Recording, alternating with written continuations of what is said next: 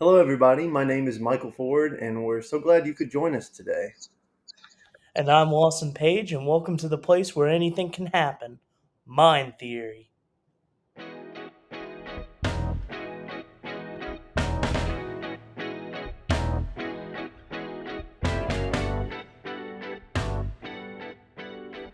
Hello, everybody, and on today's episode of Mind Theory, Lawson and I will be talking about our top six. We were going to do top five favorite albums, but But five isn't good yeah, enough. right now, but it could change any day. So this is, as of right now, this is our top six albums. So Lawson, you want to start us off today? Six. All right. Well, no, that sounds good. Like you said, we are doing number six or six different albums. The first one is very special to me because uh, this album was given to me on vinyl by my beautiful, wonderful, loving girlfriend. Hi, Kelsey. Okay, moving on because I don't want to embarrass her. But no, she got this for me, and it is one of my favorite albums of all time. It is the Ah, Grateful Dead yeah. Therapy Station, and this album it looks so cool. It's the little turtles just chilling, playing the guitar and banjo and drum and chilling at the engine station. But that's not why I like the album. Why I like the album is, I mean, the songs on here are great. It is my favorite Grateful Dead album. The album opens up with "Estimated Profit," Classic. which is my favorite Grateful Walt. Dead song. Walt. Yeah, no, literally. One cool thing about that song is it's actually sung by Bob Weir, who is one of the members of the Grateful Dead. He is the rhythm guitarist, and he is not the usual lead singer and guitar player, Jerry Garcia, that we all have come to love and miss and mourn. Yeah. Rest in peace. Yeah, rest in peace, Jerry. But no, the song is so cool, and what they do on this album, they use a lot of I guess non-traditional instruments. Like they use a lot more, horn sections. They have a lot more bluesy sounds in this album. And one thing that I noticed on here is like, so there are one, two, three, four, there are six songs on this album. Yeah. So five of them are on one side of the record, and Terrapin Station, which is Oh, like I didn't 10 to 14 minutes long, is just a whole side of I its didn't own. know that. Wow. Yeah, because it's such a long song. It's called like Terrapin Station Medley or Yeah. something. Wow, that's But crazy. like it goes on forever and ever. But like it's a great song. Like I'm not bashing Yeah. it. It's kind of like I guess the Jesus of Suburbia, Oh, this yeah. album, where it's like a bunch of different songs. But yes, Terrapin Station by the Grateful Dead is my number one album. Mikey boy, take it All away. right. So, number six for me is an old early 90s rock band. They're still around, but I think they're criminally underrated. And that band is King's X, and this is their self-titled record from 1992. Um, yeah, it's a power trio. Ty Tabor guitar and vocals, Doug Pinnick bass and vocals, and he's a lefty, so he plays the opposite way. And Jerry Gaskell drums and vocals, and these three guys have been together since, oh man, when did the band start? Probably mid late '80s. This was one of their. This was, I think, their third or fourth record. But I love this record because Doug brings um, That sounds a lot worse. Doug brings a gospel flavor to this rock. A lot of the riffs are heavy and it's kind of hard rock stuff, but they have some really soft moments on this album. But Doug brings this super intense vocal delivery and power. And he also plays, so if you guys are aware, like a 12-string guitar, the strings are doubled. Like the low E, A, D, and G, they're in octaves, and the high B and E, they're the same. They're the same string, they're just doubled. And he has a 6 string bass, which is a 4 string bass, just the strings are doubled in octaves. And he plays with a pick, and he always plays with this super heavy, distorted, kind of fuzzy sound. And it just That's creates, really cool. it's like Geddy Lee on steroids. It's this super fat sound. But this record, the opening track, "The World Around Me," is just, it's got this super strange kind of angular riff to start. It's like a, oh, hello, this is the record, I guess. I mean, it's this super angular riff. It's in a drop tuning, and Ty's tone on a lot of this record is.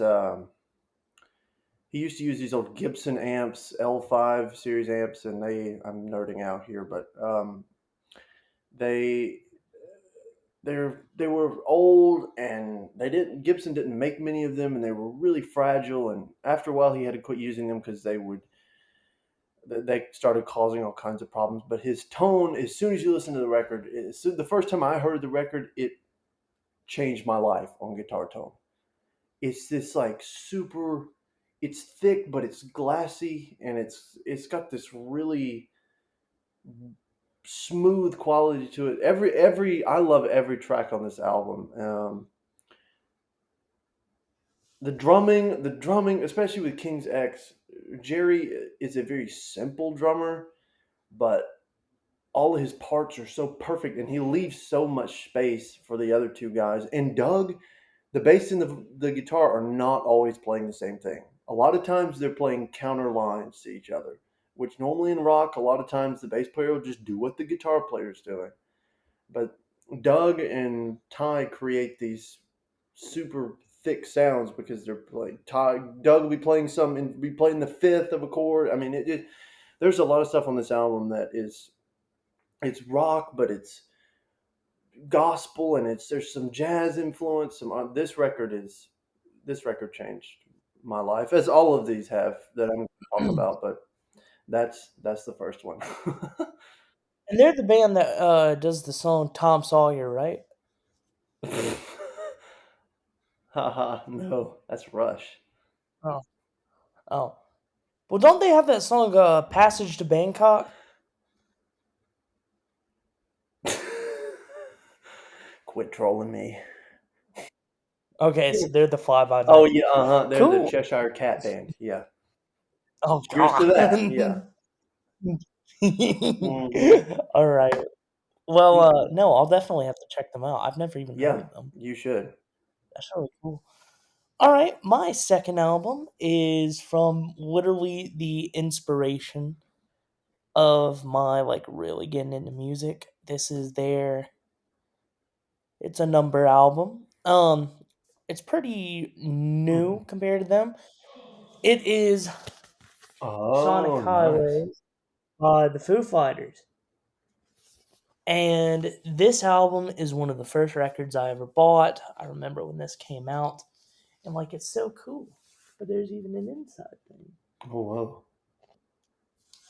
which is cool because it has like the track listing on it, but it also like has like all the members and what they do. The Foo Fighters is a band basically led by their fearless leader, Dave Grohl, who was my absolute hero. Um, I love everything that Dave Grohl does. He was the drummer of Nirvana. He is the singer and guitarist of Foo Fighters. And this album changed the way I viewed rock and Yeah. roll forever. Like I remember hearing something from nothing for the very first time, and like how crazy it goes. Like, cause it's this like really melodic sounding, kind of haunting. That didn't sound good. Um, this like haunting, vocals at the beginning with a little bit of guitar strumming that he's doing, but then it turns into like this almost like it's almost like a whole rock opera in a song. Yeah. It gets so like powerful like at the end, like all the instruments are going, like you hear all these harmonics, and it's just awesome. And the whole album's really good, and it's very much more of well, I'd say the first half is very like aggressive compared to the rest, but It's only about 8 songs on the album, but it's just wonderful. One thing that I always thought was cool was they had a documentary series on HBO called Sonic Hmm. Highways as well that I got to watch when this album came out. So it basically like it took them on like a tour of America basically where they came up for inspiration with this song like something from nothing. Nothing was recorded in Chicago by like the guy who like produced and recorded in Utero Hmm. Nirvana. Is the same guy who did that song, but like some take place in like Texas, some take place in Nashville, one takes place in LA. Um, it's just really cool, and the series shows how like the different influences have taken over what makes this record awesome, and it's really cool. Well, that's cool. Yeah, I love that. I love the Foo Fighters too, and Dave's had kind of a rough go, with Kurt and now Taylor Hawkins, and Now Taylor, he's rest in peace, Taylor yeah, Hawkins. yeah. So my number five, and this Lawson will not come as a surprise to you, is Transistor by 311. Hey, um, oh this record came out in 1997, and one of the coolest parts about this record, I don't know if we've ever talked about this, Lawson, but this record came out in '97. The Blue album, which was their most popular album, had Down and All Mixed Up and tunes like that on it. Jack o' Jackie, yeah. lantern. That was their like that was their album where they were discovered. I mean, they got radio play. They were on MTV. They were going to play on all these late night shows and everything. So this album came out, their most experimental album in their career, I think, still to this point. And it I would was agree with that. so bold to do what they did on this album with the commercial success after the commercial success of the Blue album. They still said, no Yeah. matter what happens, we're going to make the music that we want to make, and we're going to continue to Yeah. grow and work. So, um, shout out to Nick Hexum, Doug S.A. Martinez, Tim Mahoney, Aaron Wills, Peanut, and Chad Sexton, who is one of my favorite drummers on the planet. Um, some of my favorite, man, this album, oh man, Transistor, Galaxy, Beautiful Disasters, the most popular tune off this record. Inner Lights, Electricity, What Was I Thinking? Oh man, Use of Time, Jupiter, Strangers. yeah. Tune In, Starshine, Strangers, Borders, Stealing Happy Hours. This album, this is my favorite band of all time, and this album truly changed my life. I mean, all their early records, especially, have changed my life.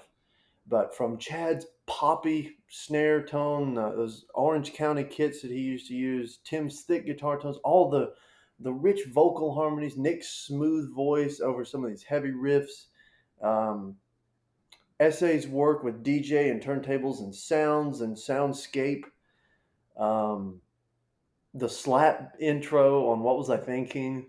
Um, yeah, this band just fuses rock, jazz, hip hop, soul, fusion, and reggae, any genre you could ever think of. And for me, I think Transistor and Use of Time are two songs that there's all these songs I go back to, but especially Use of Time just for its epic nature with that acoustic intro and then it's just busting out in this huge chorus. That song just blows me. And we've seen them live 311 Day, you know. That was a life altering experience in Vegas, One of the best days of my life. and their live energy and their vibe and their message of positivity, but not just mindless positivity. It's working through the struggles in life, and that's what having these guys with me in some way, has really gotten me through a lot. Their music has really truly changed my life, you know, Yeah. and people can crap on, oh, it's 90s rap rock, but it's so much more than that, you know. They are so Yeah. much deeper than that. So that's That's 311. Transistor. Oh, 311 is also my favorite band as well. Um, man, I don't know if they made the list of my albums. Maybe I need to review that. There's No, too many to choose Transistor from, though, though. It's like, what top albums? tier album. Yeah. The next album I have is one kind of different. It is the Chicago Transit Authority Oh, nice. by the band Chicago. This album really changed my life in the way of jazz. I feel like this is more of a jazz Hmm. record. Um, Jazz rock and roll. But here's some photos of them.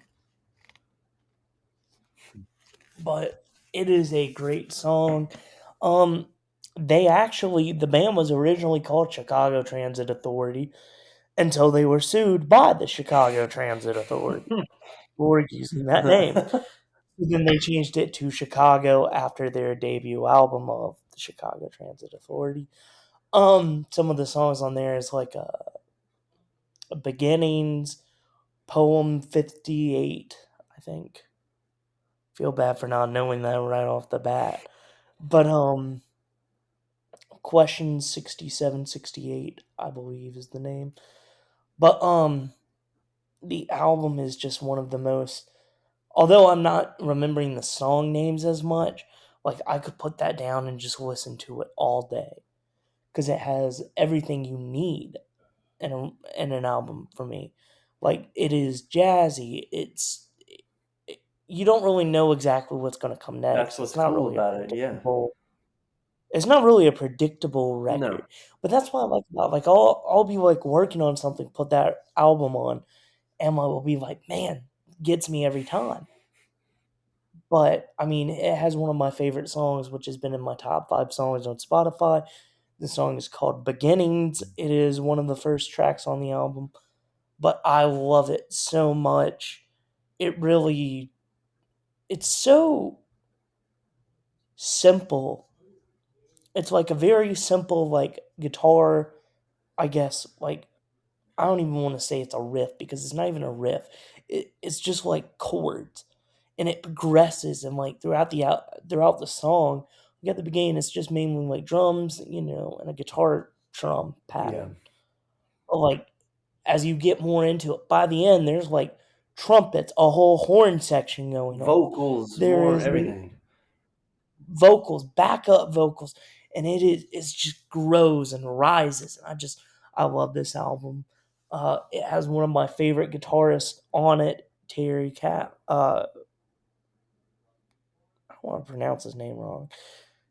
It's Terry Cath or Yeah, yeah. Keth. I'm not sure exactly how to say it, but yeah.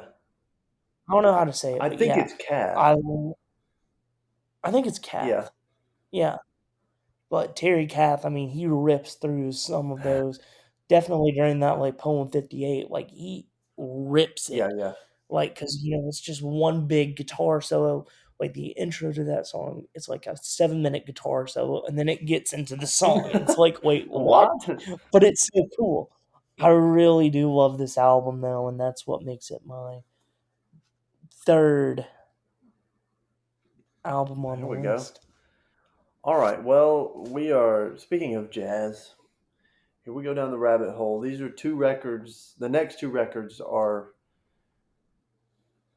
post bop records that I have fallen in love with. These are two records that I first heard um, when getting more into bebop and post bop and hard bop and all that jazz, bebop. But this first record is one of my favorite piano players from this era, the real McCoy Tyner from 1967. This has McCoy Tyner, Joe Henderson on tenor saxophone, which is you either love or you hate Joe Henderson. And he's got kind of two.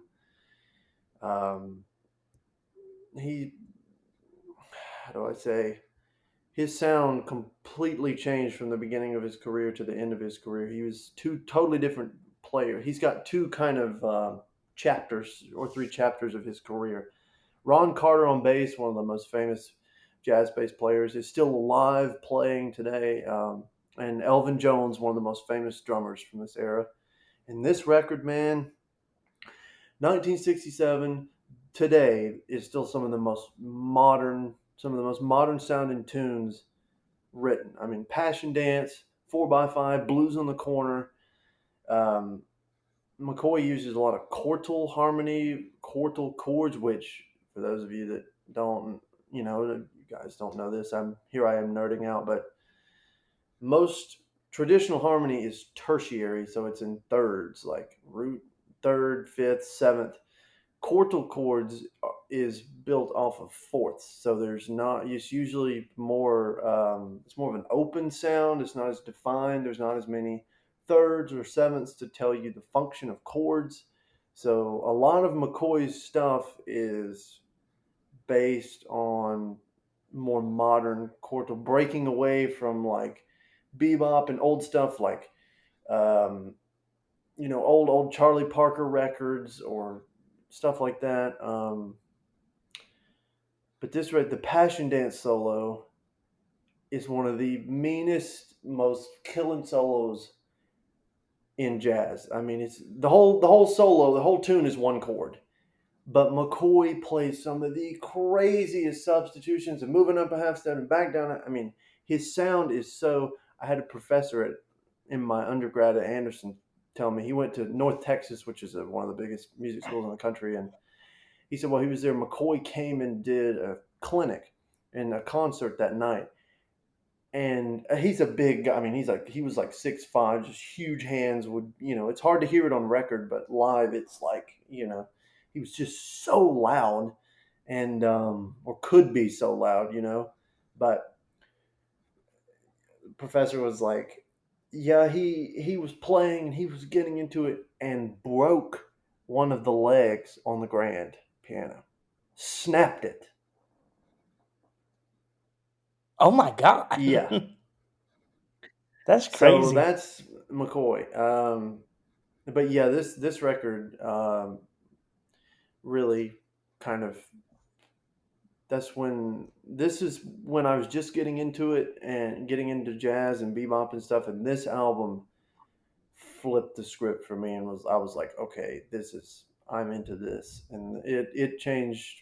It kind of changed my trajectory a little bit in the jazz world, and that's why I'm here doing what I'm doing now. Partly because of this album. So Hey, there we yeah, go. All right. Um, my next album, my number 4, is very special to me. It is Houses of the Holy by Led Zeppelin. nice. And this album is it's insane. I Mm, would almost call it their experimental yeah. album. I would almost call it that. I don't really know. Well, Led Zeppelin is so experiment. They're an It's they experiment. are I'm an experiment.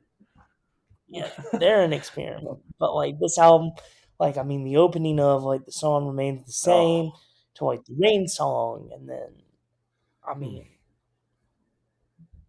uh, I don't know how to say this name. I think it's Dire Yeah, Maker, Dire Maker. Yeah, but I love that song. That is my favorite Led Zeppelin song. 311 I did a love cover it. of that. Oh Yeah, yeah, yeah. on like 311 Day I don't 2000. remember. It was one of the early ones. It was like 2002, It was like 3 or something. I 8. don't remember. I don't remember. Oh, Maybe it was it was. I earlier? don't. But I remember it It was happening. on the video. Maybe it was The DVD I used to have. four. It's 2004. Yeah, yeah, 2004? Okay. yeah, But yeah, they played it on that. It's such a good song. Um, they even have like this really odd song, The yeah. Carnage, which is The like title tells you all you I need to don't- know. it's like I don't know. You're the music major here. It's almost like offbeat. It's like do do do do do bum bum bum do do do Yeah, bum bum bum. there's, yeah, I don't even know how you'd classify it, yeah. but it's so cool to listen to, and like I think this is close to I would say peak Robert Plant Oh, vocals is on this yeah, album, because that's where, like, because it's not just like "Nah" the whole time, but it's not like low, but he kind of mixes it. And like Dire Maker is just beautiful. Like he kind of like gets to use it, I guess, like, well, obviously use his voice, but like it's very different than like other yeah, records. It's more like soulful almost. I don't know if that's even the right word for it, yeah. but it's such a unique album.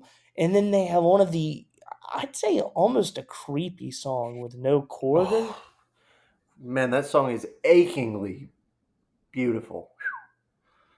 Yeah, but it's like very It is. haunting. It is.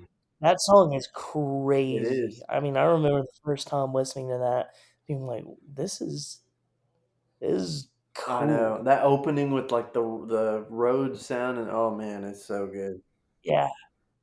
It's a wonderful album. It's a short album as well by them, Yeah, but it's wonderful. And I think the only complaint I have about that album is that Houses of the Holy is not on that yeah. album. The Houses of the I know. Holy, which doesn't make sense to me, but Yeah, okay. I'm fine with it. The album is great, yeah. and my parents got that for me for Christmas one year, and I was like, "Ah." So, I was excited. So yeah, Led Zeppelin. I don't have any Led Zeppelin on this list, but yeah, Led Zeppelin for me was like Jimmy Page was the first guitar player. Well, him and Stevie Ray Vaughan were the first guitar players for me. It was like, okay, I want to do that. I want to do what they're doing.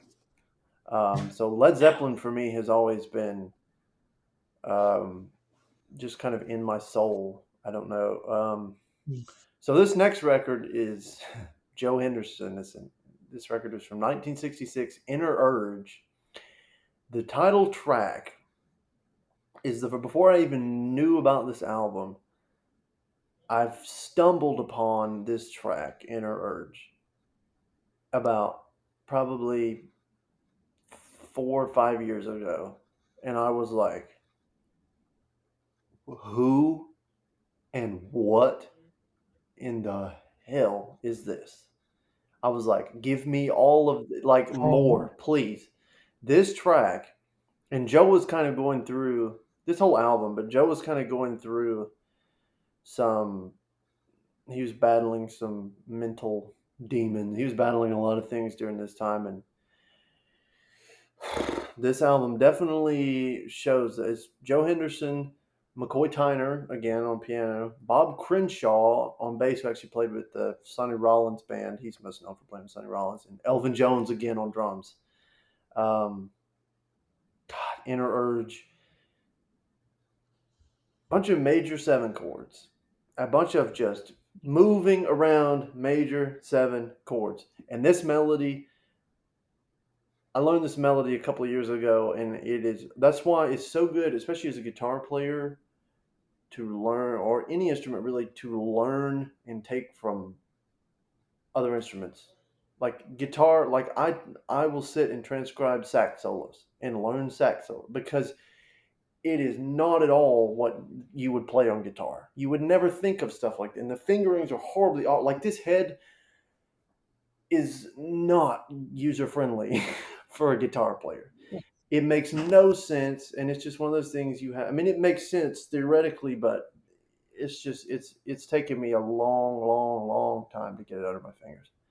Um, a very dark sound. It's a lot of major chords, but it's a very dark sound. Joe, especially in his solos, has this sense of just like sometimes I describe it as like a swarm of bees. It just sounds like I mean, it's just a bunch of there's a bunch of notes happening, and so highlights here: Inner Urge, Isotope.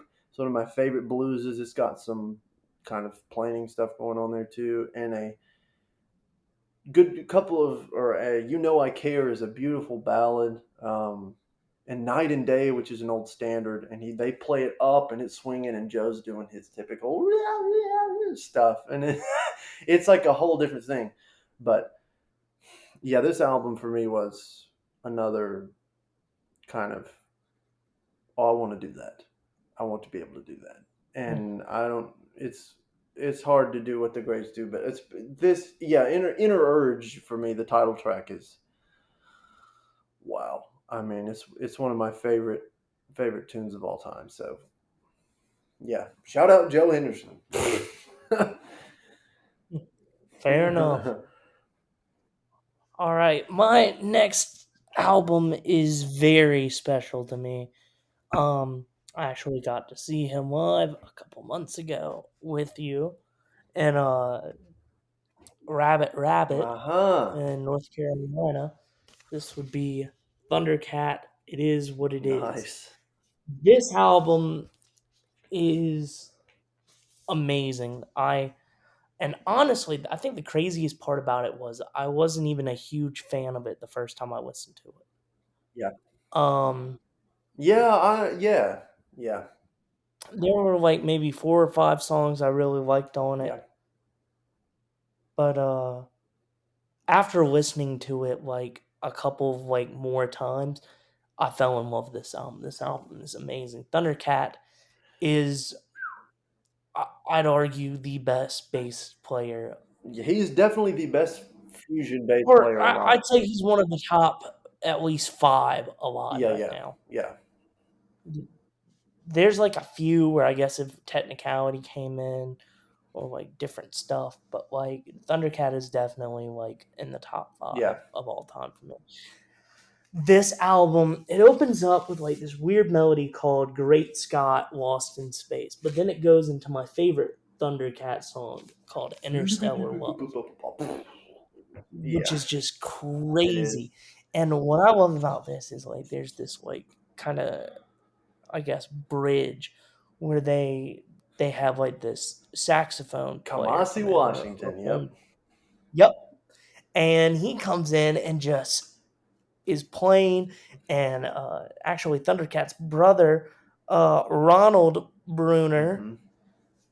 is playing drums on this album, and it's really cool because you can kind of hear where the bass and the drums are like definitely like in swing Oh together, yeah, and it's kind of cool because it's definitely like a little brotherly it bond is. right It there, is.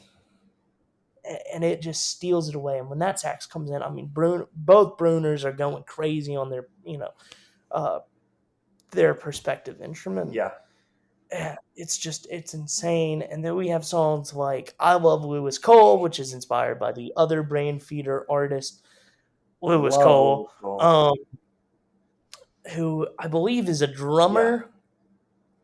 Yeah, and he goes crazy on this song. Thundercat's going crazy. We got songs like "Funny Thing," which is I think it's his most popular song right now, that or them or at least in changes his, probably. yeah. Yeah, Uh, they're both like 1 and 2 right now, but I mean, he goes crazy. It's the short, like minute and a half song. It's not even long. It may be 2 minutes max, but like the song is, it's a vibe. Like you have the synth going crazy. You have him just holding down mainly this big melody. Like it's basically long bum ba na na na da na na na na na na yep. na. It's simple. It's basically that. But like I mean, Thundercats, like the way he's just able to like just kind of solo off in between like his in between those like, I guess, the time signature, like in between, like he's so able to His like filler licks between improvise. the His main fillers, riff. Yeah, yes, that's the word I was looking yeah. for. Like his fillers are just unlike anyone else. I mean, you have the song with like Steve Lacy and Childish Gambino. I mean, they're on it. I mean, even like songs like his just chill song Overseas. I mean, I love that I song. know. It's just this little jam, Yeah, and it's really catchy, and just all of his stuff is so catchy, yeah. which is really cool about him. The album was a tribute to the late great Mac Miller. Hmm. Those two were very close friends, and it's a wonderful album, and you can definitely hear like within the lyrics, like, yeah, sometimes Thundercat is like, oh, I just want to party, but like you can also see like another I guess like a more sensitive side to him as well, dealing with the loss of his good friend Mac Miller Yeah. within the song, like it is what it is. And like his just message is very positive and upbeat. And the album, if you haven't listened to it, I definitely recommend. It's very jazzy. It's very there's kind of Oh poppy, yeah. but mainly on the jazz side Hmm. of things. But I love the album so much. Well, that ties me perfectly, and I've got "Drunk" by Thundercat. Came out in Mm. 2017, and this album features. It's got like 23 or 24 tracks. It's got Kenny Loggins, Michael McDonald, Kendrick Lamar, Michael Kendrick Lamar, McDonald. Wiz Khalifa, Mac Miller, Pharrell Williams, and I found this out today. There is a bonus track called "High," feature like HI, like "High," featuring Mac Miller, which only came out in Japan as a bonus track. But I found it on YouTube. Of course. Yeah, so check that out. Is it Yeah, good? yeah, it's okay. It's what you would expect, but as a Thundercat bonus track. But um, Hmm. this album, obviously, "Them Changes" is one of the most popular modern tunes of all time. And actually, with Authenticity, shout out at Anderson University, we did an arrangement of mine when I was leading Thundercat medley with "Is It Love," which is off another album, and "Them Changes." That's a popular gig tune, jam tune. What other tunes? A Bus in the Street, in these streets, Fans Mail, Lava Lamp, Jethro, Show You the Way, um, Inferno. Oh, Inferno, thick harmonies, huge. But his bass chords are insane, and his line, especially like listening to this album, his albums, they're pretty standard song structure. It's for Thundercat. I mean, there's jazz influence, and there's two fives, and he's playing some licks and stuff. And Dennis Ham will be going crazy, but um, seeing him live is a whole different thing. It's just a jazz fusion show. I mean, they're playing like Chick It Corea really is. along with this stuff, and it's just like it is. His chops are, his speed is insane. With what he can do with that big hollow body bass, it's like so counterintuitive with the flat wounds and stuff. But yeah, this album's just a lot of fun, and it sounds great. And his voice is his falsetto is so strong.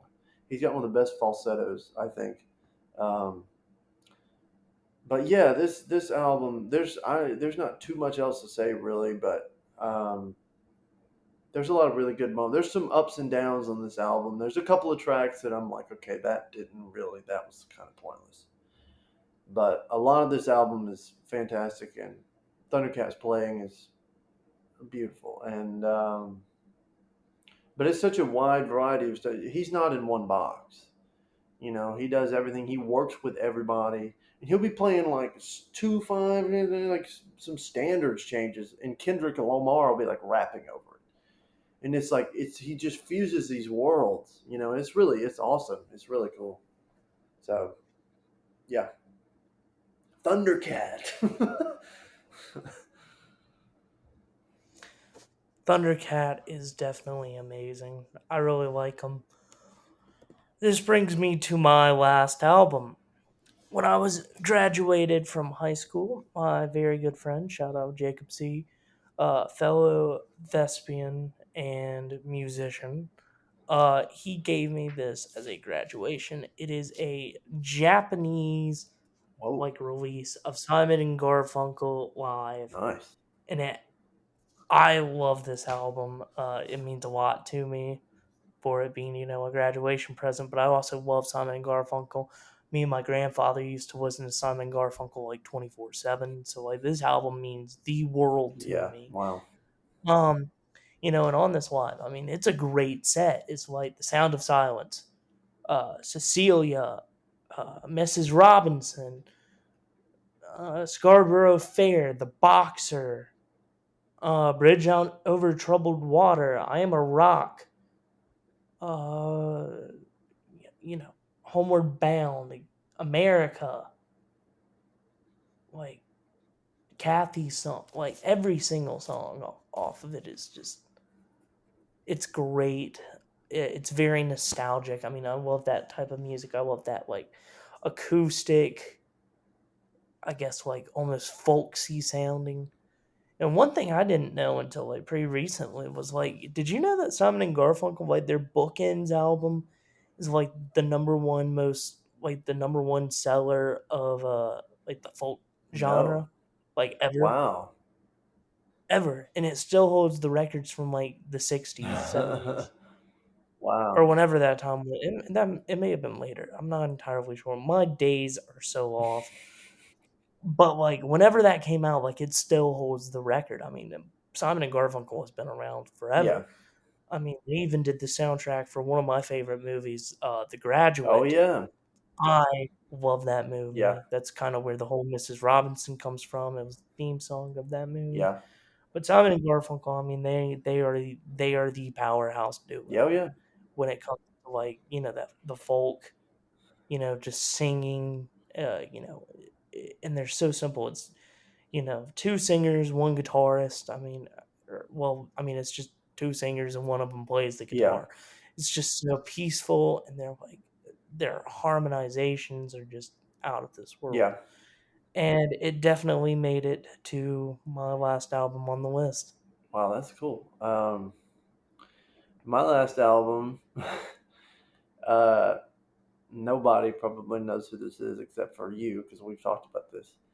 Uh, Mr. KC by Sean Wayland Oh man, what a good came out album! last year. This is one of my, Shout out Keith Carlock. and that's where I'm, yeah. So, Let's go. um, Sean is, he lives in New York. He's lived in New York for years, but he's from Australia. And before he moved to New York, he was the jazz keyboard player, piano player in Australia, and moved to America and has just played with anybody, Alan Holdsworth, anybody and everybody. But this album, it's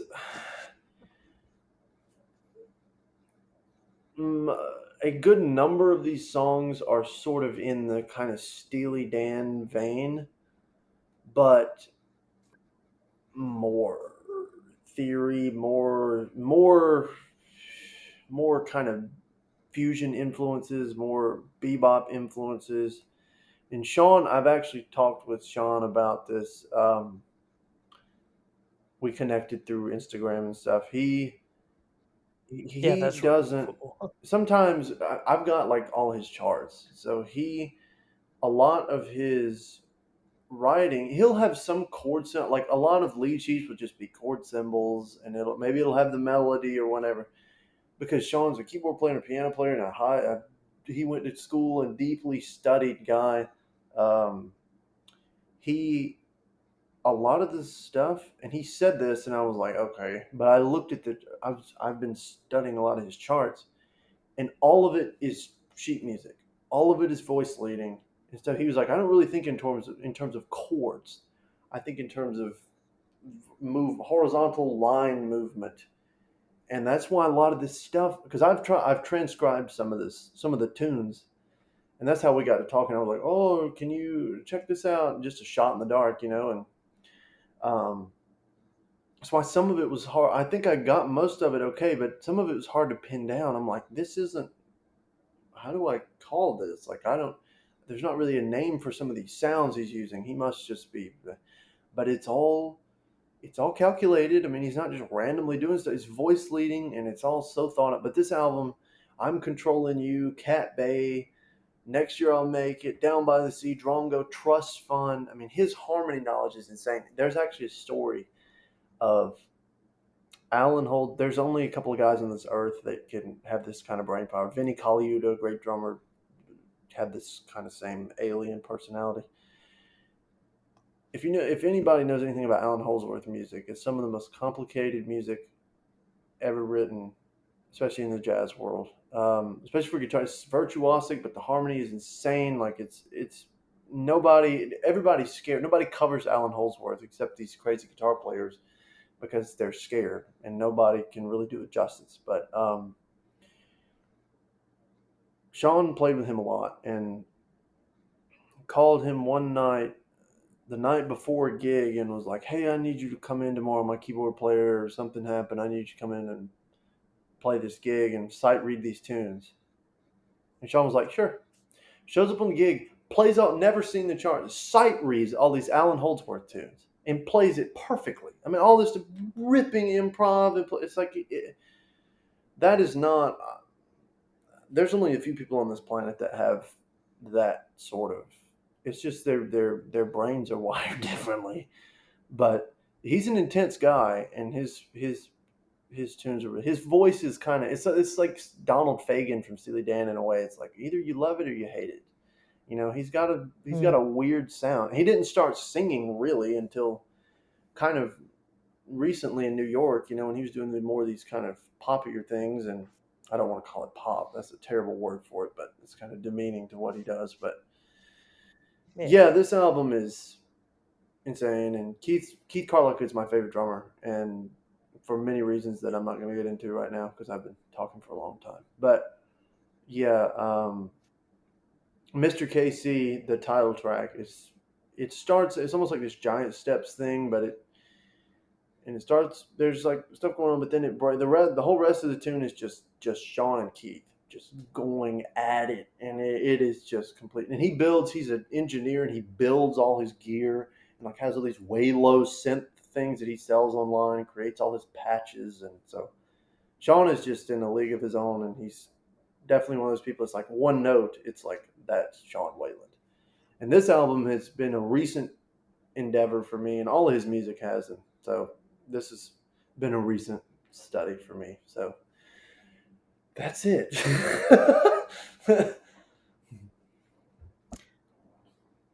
You definitely did get me into that last album you were talking about, Mhm. the Mr. Casey. Oh, Michael, we should have Keith Carlock on the show. He's really sweet, man. He plays like a bear, but he is yeah. But yeah, Tune in for Keith God, Carlock. I wish. I wish. Um, yeah, I some of these albums kind of so I guess well I didn't surprise myself, but some of those albums from you I was like, wow, that's pretty cool. The Simon and Garfunkel, the Led Zeppelin. I should have known that Houses of the Holy was coming, but I didn't even think about it. When you pulled it up, I was like, oh, there it is. I Yeah, love that album. yeah. Um, I am a sucker for Led Zeppelin. I was thinking about putting Led Zeppelin 4, but I thought, ooh, I ooh, will lift on for. Oh, of course, that's your favorite Led of Zeppelin course it album. is, you I'm like, freaking poser. yeah, I know. Like, I wasn't ready for that, but man, no, this was really Yeah, fun. yeah. I'm yeah, it's hard to narrow this stuff down, you know. So it was cool to kind Oh, of for go sure. back into because I went back through all the Spotify and art, like all my archives and stuff, and tried to find. Um, Yeah, it was cool to look back, you know, and be like, man, what did I yeah, for used to sure. listen to? Or it's like, I'd be like, Yeah, oh, same I'm here. 41. Blink, like, what is happening? You know, it's so funny, I'm 41. but Till the sum is 41. Mm, um, but yeah, indubitably. yeah, indubitably. But yeah, this has been Indeed, precisely, indubitably. um yeah, yeah, this has been yeah, that's it. Yeah. Yeah, Yeah, this is yeah, the yeah, show's yeah. over. Yeah. The end. Screw you guys. Damn! So Get out! Leave. Go. all right. Well, I think we need to stop this before we get ourselves in trouble. Oh god, the laughter's coming, Yeah, so here we something go. bad is due. Here we go. So, well, Lawson, I guess we'll see you and everybody else on the next episode of